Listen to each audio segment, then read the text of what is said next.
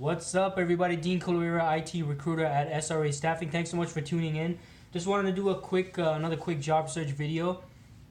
So I got another great question via email from a candidate, and this is a situation that might be kind of tough and difficult to handle. So I just wanted to share my thoughts on it. So the email said, "Hey Dean," and she gives it. They give a little introduction about themselves. So basically. This person has, in essence, been off the market for 5 years, which is a long period of time, and this person is in IT. So their question is it possible to get a job after this long of a gap? So this is a very, this is quite a situation to be in, and I totally understand that some of you out there might be in a similar situation. So my advice, and this might be tough, especially if you're in IT, because IT changes so quickly, right? And those of you who are in IT know that better than I do, since you're the one making all those changes and advancements because you're so awesome. So my advice regarding that is make sure if you are or if you have been taking time off, like be able or a number of years off, or if there's a big gap in your resume, be able to explain what you were doing in that gap and in that period. Were you just sitting, staying idle? What were you doing to advance your career or keep up with your industry or your career? Were you taking any certifications, courses? Were you working on any side projects? That kind of thing. To show that even though you were off the market, like you weren't employed, you didn't disconnect yourself from your industry and your domain, your space, your the technologies you work with, the tools that you've been working with prior to that point, and just basically how you've been staying up to date with the industry. And if you are planning to take time off, just keep that in mind, right? Like I want you to think ahead, because I don't want all of you to be at a point where you had to take some time off from the work, and there might be very good reasons, obviously, right? But I don't want I want you to anticipate that this might be a potential objection in the future, especially if you're in IT, when taking time off can affect how up to date you are with certain tools or technologies.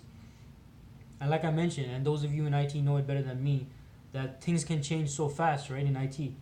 I think they say, what is it, every 6 months technology changes or something like that. I don't know. I don't know where that statistic came from. I don't know if it's even true. Let me know. Let me know if that's true or not.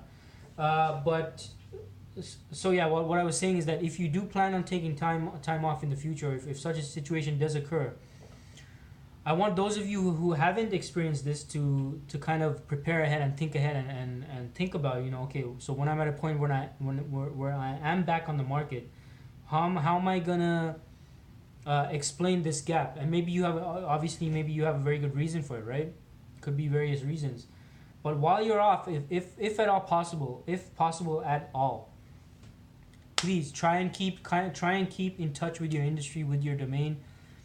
Work on some little projects, some personal projects, side projects, or take some certifications, something to show that even though you've been off the market, you've been keeping up with the market and with your domain, with your industry, with whatever tools and technologies you're working with. So just keep that in mind. And again, that's if possible. Obviously, there are situations where you might not be able to do that. But then, as soon as you are in a position to do that, get right on it, and take some certification, take some courses. Start if you're a developer, start coding some personal projects and stuff like that. So that's my viewpoint on that. And in terms of, and again, some context does matter here. Like, what type of a role is it? Is it something that's very different from what you were doing before? Then that adds some additional components to it, right? So just sit down and think about how you can stay in touch with your industry if you do plan on taking some time off, or if you've been off the market, what have you been doing to keep up with things, right? And if you haven't been keeping up with things, then you better have a really good reason as to why, and maybe it was something very serious or of that sorts. Now that being said, also now this would be a scenario where maybe a cover letter would be very useful, and you might want to mention that on your cover letter when you're submitting your resume with the application, or if you're submitting it somewhere of that sorts. Now I'm not a professional resume writer. I'm not a resume expert. As much as I'd love to do that for all of you who ask me for help. That's not my expertise. I read resumes. I don't write. I don't know anything about writing and structuring and wording and all that. I'm an IT recruiter. I look for the technology and the keywords and that's the value that I see in a resume, as well as the work history, obviously. But in terms of creating and structuring a resume and all of that, I would suggest reaching out to a professional resume writer. If you're in IT, someone preferably who specializes in IT would be great. But look, there's a lot of great resume writers out there, so do a search. Feel free to connect with someone and find out, and get their help in adding that, explaining all that in the cover letter as to the period you were off and that kind of thing. So at least you have an opportunity to explain that. Whereas if you just submit your resume, it might just show the gap and they'll make their own assumptions or something of that sort, and that'll be it.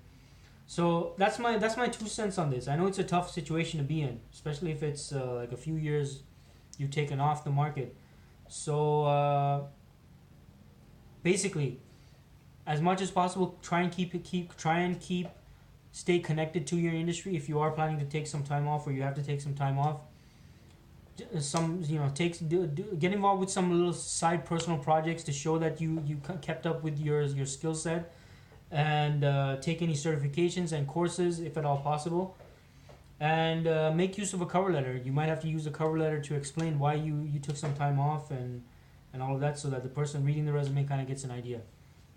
So that's my 2 cents on that. So let me know if you agree. I don't know if there's anything else you can kind of do for that. I haven't been in that situation myself, so I can't really give any personal anecdotes or examples as to what I would have done. So if anybody else knows and has any other suggestions of how they can handle this, definitely put it down in the comments below. Really appreciate that. Thank you so much for watching my video. Any particular topics you want me to cover, let me know. For those of you who don't know me, again, my name is Dean Kulawira. I'm an IT recruiter at SRA Staffing.